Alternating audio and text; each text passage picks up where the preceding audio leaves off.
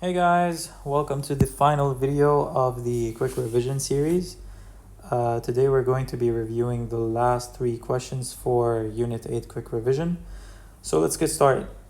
So in the first question over here, we have this function which is 4 square root of x, and we have y is equal to 6 as a horizontal line. The question is basically find the volume of the solid if each cross section perpendicular to the y-axis is a rectangle of height is equal to 3. So first things first, because it is perpendicular to the y-axis, the direction that needs to be studied is going to be as such. So the rectangles are going to be perpendicular to the y-axis, perpendicular to the y-axis, perpendicular to the y-axis.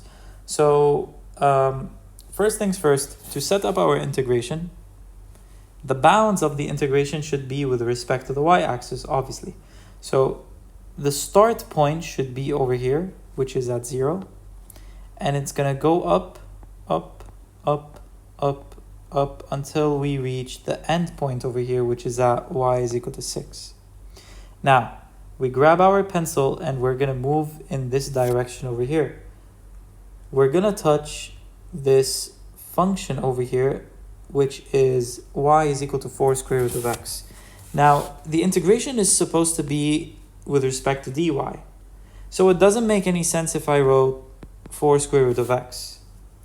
In this case, I'm going to write y equals 4 square root of x, and then I'm going to change this equation to y squared equals 16x. So I raised everything to the power of 2. And then I'm going to divide by 16 on both sides. So I will get y squared over 16 is equal to x. So the function that you see over here, it is not only y is equal to 4 square root of x, it is also x equals y squared over 16. So it's going to be y squared over 16. So it's going to touch the function over here at y squared over 16. And then it's going to move all the way and touch the y-axis, which has an equation of x is equal to 0. So it's going to be minus 0. Now, this is going to be the length of the rectangle. So this is the length of the rectangle. And then you're going to multiply it by the height, which is already given over here, which is 3. So you've completed the integration setup.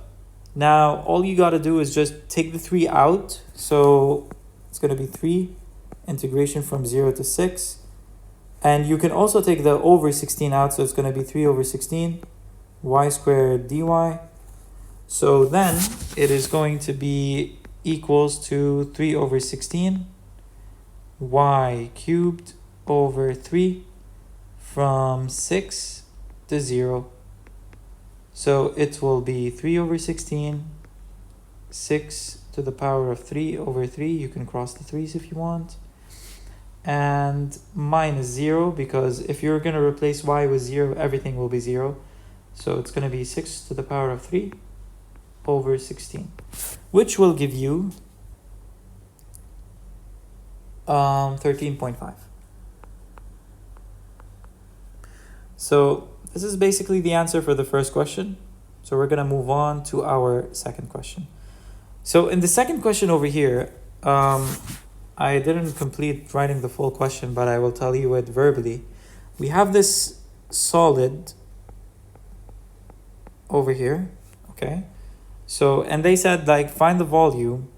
Each cross section is perpendicular to the x-axis in this case.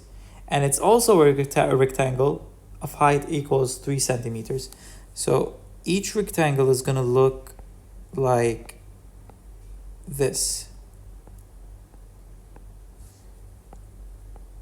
Now, the blue curve is basically y equals negative x squared plus 2x plus 4.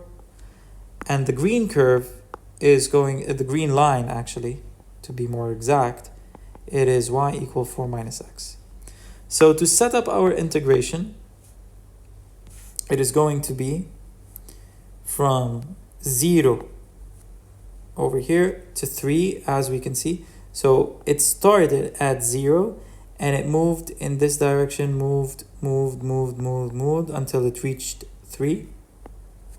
And then we're gonna drop our pencil down, so it's gonna touch the blue curve first. So minus x squared plus 2x plus 4, and it's gonna continue down and touch the green line next. So it's going to be minus 4 minus x. All of this is going to be the length of the rectangle, and you're going to multiply it by 3, which is the height of the rectangle, dx. So similarly to the previous question, you can literally take 3 out over here. So it's going to be 3 integration from 0 to 3 negative x squared. Now, positive 2x minus x, so that means positive 2x, positive x, which is going to be positive 3x, and then 4 minus 4 is just going to be 0, so we're going to be having minus x squared plus 3x dx. So the answer for the integration is going to be 3 minus x cubed over 3 plus 3x squared over 2 from 3 to 0. So in this case over here, we're going to find the final answer and then we're going to multiply by 3. So 3 is going to stay outside, and then replacing x with 3, you're going to get minus 3 to the power of 3 over 3 plus 3 multiplied by 3 to the power of 2 over 2. And then minus, once you replace x with 0, everything will be 0, so it's just going to be minus 0, or just like ignore it completely. So you're going to be left with this. Now, it's going to be 3. Negative 3 to the power of 3 is going to be negative 27. Negative 27 over 3 is going to be negative 9. Okay, just let me make sure. 3 times 3, 9 times 3, 27. Okay, and then 3 to the power of 2, 9 times 3 is going to be 27 over 2, which is going to be negative, using the distributive property, negative 27 plus 27 times 3, which is going to be 81 over 2. So quickly just calculate in negative 27 plus 81 over 2. It's also going to be coincidentally 13.5. The final question, we got the region R, which is made by these vertical lines over here. Let me just highlight them in red. So x is equal to 3, x is equal to 5, and the function itself, which is 3x minus 2 to the power of 3 over 2. This function is being rotated around the x-axis. It's going to create this shape. So imagine with me that this line over here, it's going to rotate around the x-axis. So it's going to look something like this. So as you can see, it's going to create this whirlwind circles. Anyways, this is a disk method question. So the disk method formula says that the volume is going to be pi from A to B radius squared dx. And the radius is basically always going to be the function itself. So the volume is going to be pi from where to where in this case? It's going to be from 3 to 5. And the radius is going to be 3x minus 2 to the power of 3 over 2, all of it to the power of 2 dx. So we're gonna just fix its shape, 3 to 5. Now the power of 2 is gonna drop down to the 2, and it's also going to drop down to the 3 over 2 over here. So basically, you are going to have 3 to the power of 2, which is going to be 9, and x minus 2 to the power of 3 dx. So now you can take the 9 out. So 9 pi, 3 to 5, x minus 2 to the power of 3 dx. So in this integration, you can literally just use a very simple integration with substitution method.